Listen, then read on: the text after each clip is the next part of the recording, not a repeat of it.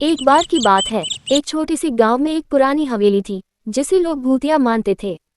गांव वाले कहते थे कि रात के समय हवेली में अजीब आवाजें आती थीं। कोई भी वहां जाने की हिम्मत नहीं करता था। एक दिन गांव का एक युवक, जिसका नाम आर्यन था, ने तय किया कि वह उस हवेली की सच्चाई जानकर रहेगा। उसने रात में हवेली जाने का फैसला किया। जैसे ही वह हवेली के पास पहुंचा, उसे एक ठंडी हवा का झोंका महसूस हुआ और दरवाजे पर एक खटखटाहट सुनाई दी। आर्यन ने हिम्मत जुटाई और दरवाजा खोला। हवेली के अंदर सब कुछ पुराना और धूल से भरा हुआ था। अचानक उसे एक छाया दिखाई दी जो धीरे धीरे उसकी ओर बढ़ रही थी। आर्यन का दिल तेजी से धड़कने लगा।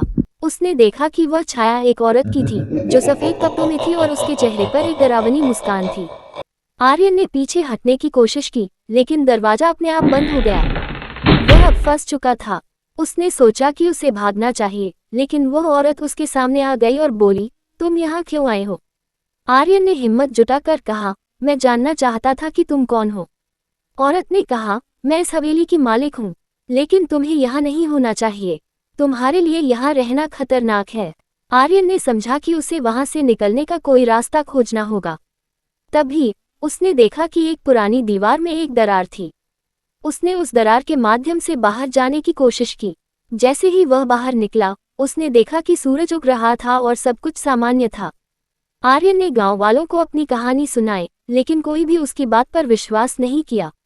लेकिन उसने ठान लिया कि वह फिर कभी उस हवेली के पास नहीं जाएगा। कहानी का सस्पेंस यह है कि क्या वह औरत सच में भूत थी या किसी और कारण से वह वहां थी। ये सवाल हमेशा के लिए अनुत्तरित रह गया।